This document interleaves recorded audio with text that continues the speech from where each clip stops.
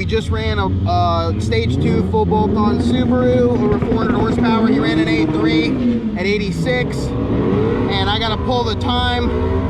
This is probably high 5s, low 6s at 96 miles an hour. So this gearing's actually a little better than I thought. Might have to play with a little more, but motor's not even hot or anything. So 96 miles an hour, that was a really strong pass with no wheelie bar. Excited to see what the wheelie bar is gonna bring once I get that on, so stay tuned, guys.